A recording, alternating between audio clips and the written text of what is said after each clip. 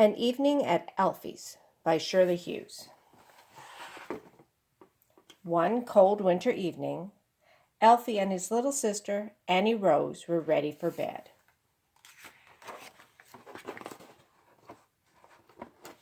Mom and Dad were ready to go out, and the McNally's daughter, Maureen, was in the living room.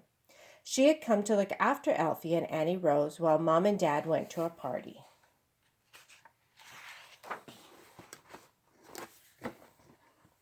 Alfie and Maureen waved goodbye from the window. Annie Rose was already in her crib. Soon she settled down and went to sleep.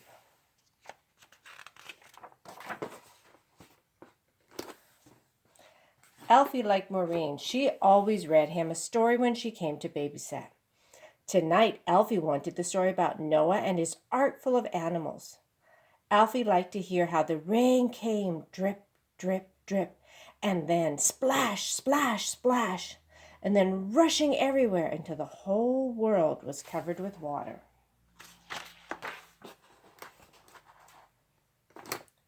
When Maureen had finished the story, it was time for Alfie to go to bed. She came upstairs to tuck him in. They had to be very quiet and talk in whispers so they wouldn't wake up Annie Rose. Maureen gave Alfie a good-night hug and went downstairs, leaving the door a little bit open. Alfie didn't feel sleepy. He lay in bed looking at the patch of light on the ceiling. For a long time, all was quiet. Then he heard a funny noise outside in the hall. Alfie sat up. The noise was just outside his door. Drip, drip, drip. Soon it got quicker. It changed to drip, drip, drip, drip, drip, drip. It was getting louder, too. Alfie got out of bed and peeped around the door. There was a puddle on the floor. He looked up. Water was splashing into the puddle from the ceiling. Drip, drip, drip, drip, drip, drip. It was raining inside the house. Alfie went downstairs. Maureen was doing her homework in front of the television. "It's raining upstairs," Alfie told her.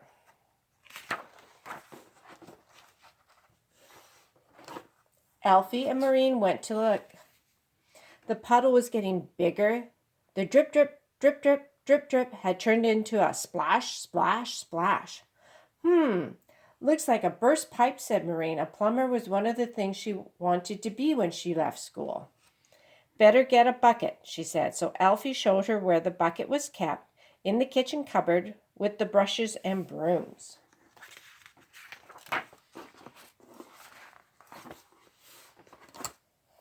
But now the water was dripping into another place. Alfie and Maureen found two of Mom's big mixing bowls and put them underneath the drips.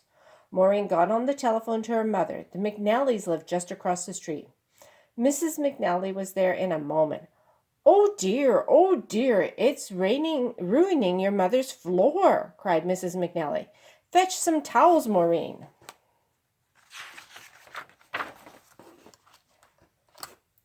Just then, Annie Rose woke up and began to cry. "Shh, there," said Mrs. McNally, bending over her crib. But Annie Rose only looked at her and cried harder. Mrs. McNally ran back out to Maureen and Alfie. Now the drips were coming from lots of different places. "Splash, splash, splash. We ought to turn the water off at the main," said Maureen, "but I don't know how to do that. I think I'd better fetch Dad."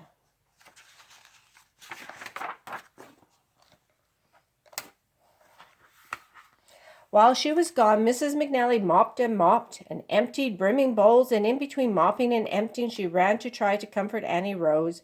But Annie Rose went on crying and crying. The drips came faster and faster. Now there was a lot of puddles on the floor. Alfie paddled in them for a while. It was fun, but the water was very cold. He thought that soon perhaps the whole street would be covered with water, and they would all have to float away in a boat like Noah's Ark. Soon Maureen came running upstairs with Mr. McNally, wearing his bedroom slippers close behind her. "What's all this, then?" said Mr. McNally, looking at all the water pouring down. He put his head around the bedroom door. He and Annie Rose were old friends. Dear, what's all this?" he said in a very kind voice. Then he went downstairs, found a valve under the stairs, and turned it off, just like that. "So that's where it is," said Maureen.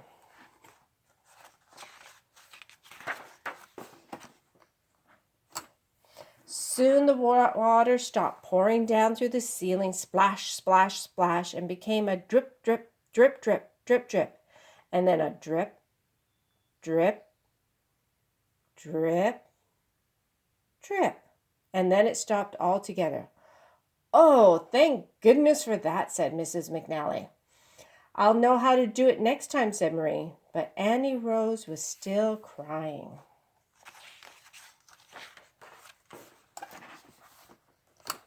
Alfie went into the bedroom to see if he could cheer up. Tears were rolling down her cheeks and soaking her blanket. "Don't cry, Annie Rose," said Alfie. He put his hand through the bars of the crib and patted her very gently, as he'd seen Mom do sometimes. Annie Rose still wore diapers at night. "Annie Rose is wet," Alfie told everyone, "and her bed's wet too. I expect that's why she's crying." "Why, she is, poor little mite," said Mrs. McNally.